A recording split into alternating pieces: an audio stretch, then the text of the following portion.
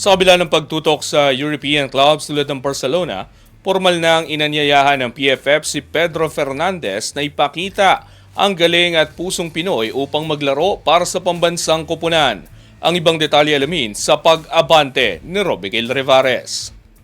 Formal nang nagpaabot ng imbitasyon ang Philippine Football Federation kay Filipino-Spanish midfielder Pedro Fernandez upang maging bahagi ng Philippine Men's National Football Team sa mga susunod na international competitions. Sa isang social media post noong linggo, ipinahayag ng PFF ang interes nitong makita ang 18 years old na midfielder na magsuot ng pambansang kulay ng Pilipinas bilang bahagi ng patuloy na pagpapalawak ng national team pool. Kwalipikadong maglaro para sa Pilipinas si Fernandez dahil sa kanyang dugong Pilipino at itinuturing na isa sa mga batang midfielder na hinubog sa sistema ng football sa Spain. Kamakailan umani rin siya ng pansin matapos tumabas sa mga ulat na posibleng lisanin niya ang FC Barcelona bago matapos ang isang season na may Paris Saint-Germain na sinasabing isa sa mga posibleng susunod na destinasyon. Ang imbitasyon ng PFF ay patunay ng patuloy nitong hakbang na palakasin ang pambansang koponan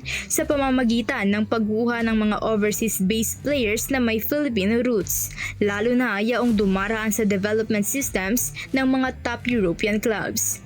Sa patuloy na pagbuo ng hinaharap ng national team, inaasahang magiging mahalagang dagdag si Fernandez sakaling piliin itong iwan ang club football sa Europa upang kumatawan sa Pilipinas sa international stage.